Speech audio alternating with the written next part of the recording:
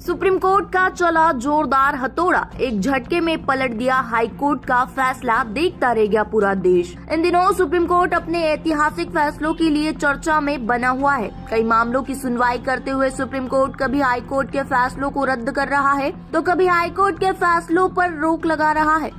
इसी बीच अब supreme court ने कर्नाटक हाई कोर्ट के एक फैसले को पलट दिया है जो इस वक्त चर्चा का विषय बन गया है। दरअसल देश की सर्वोच्च अदालत ने कर्नाटक हाई कोर्ट के एक फैसले को पलटते हुए टिप्पणी की है कि टूटे हुए रिश्ते भावनात्मक रूप से कष्टकारी हो सकते हैं, लेकिन यह अपने आप आपराधिक अपराध नहीं बनते। कोर्ट ने आगे कहा कि सिर्फ शादी से इनकार करना, भले ही रिश्ता लंबे समय तक रहा हो, आत्महत्या के लिए उकसाने का अपराध नहीं बनता। बता दें कि सुप्रीम कोर्ट ने कहा है कि टूटे हुए रिश्ते जो भावनात्मक रूप से परेशान करने वाले हो सकते हैं, अपने आप आत्महत्या के लिए उकसाने का अपराध नहीं बनते जब तक इसके पीछे आपराधिक इरादा न हो। मामले में जस्टिस पंकज मित्तल और उज्जवल भुइयां की बेंच ने कर्नाटक हाई कोर्ट के एक फैसले को पलटते हुए टिप्पणी की। इस फैसले में कर्नाटक हाई कोर्ट ने कमरुद्दीन दस्तगीर सनदी को धोखाधड़ी और आत्महत्या के लिए उकसाने के अपराध में दोषी ठहराया था। दरअसल आरोपी कमरुद्दीन पर आईपीसी की धारा 417 धोखाधड़ी, 306 आत्महत्या के लिए उकसाना और 376 बलात्कार के तहत आरोप लगाए गए थे।